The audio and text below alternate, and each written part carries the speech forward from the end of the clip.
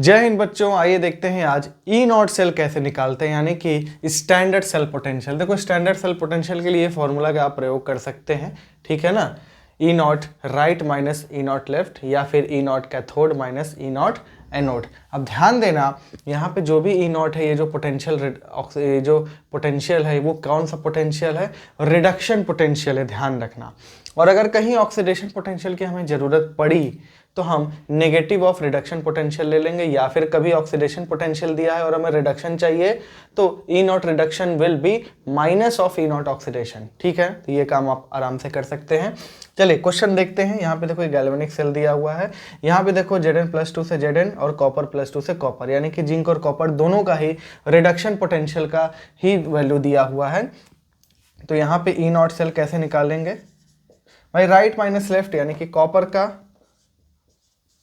Minus zinc का, ठीक है ना। माइनस दिया हुआ तो ये प्लस हो जाएगा, तो ये कितना हो जाएगा? प्लस में 1.1 वोल्ट। क्लियर है ना, बहुत सिंपल है। सेकंड में देखिए दोनों का ही रिडक्शन दिया हुआ है, तो ई नॉट सेल क्या हो जाएगा?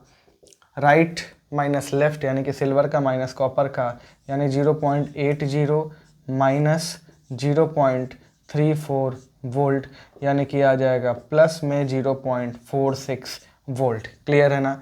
अब देखो यहाँ पे कॉपर का तो चलो रिडक्शन दिया हुआ है, लेकिन इसका क्या दिया हुआ है? ऑक्सीडेशन दिया हुआ है। तो हम सबसे पहले रिडक्शन इसको बना लेते हैं, क्योंकि हमारे ये रिडक्शन ही चाहिए इस फॉर्मूले के अकॉर्डिंग। तो ई नॉट Mg+2 बराबर कितना हो जाएगा? माइनस ऑफ 2.37 वोल्ट, ठीक। तो ई नॉट सेल क्या हो जाएगा? अब कॉपर माइनस मैग्नीशियम करो, तो कॉपर का कितना दिया हुआ है? कॉपर का कितना दिया हुआ है? 0.34 माइनस, अब यहाँ पे भी माइनस है 2.37 वोल्ट, ये क्या आ जाएगा? प्लस हो जाएगा, तो ये आ जाएगा 2.71 वोल्ट। क्लियर है। तो कुछ इस तरीके से हम लोग ई नॉट सेल निकालेंगे। तो अब नेक्स्ट क्लास में हम लोग नेक्स्ट इक्वेशन में देखेंगे कि कैसे नॉन स्टैंडर्ड सेल पोटेंशियल निकालते हैं। क्लियर है ना। तो इसको नोट कर लीजिए, मिलते हैं अगले क्लास में। तब तक के लिए जय हिंद।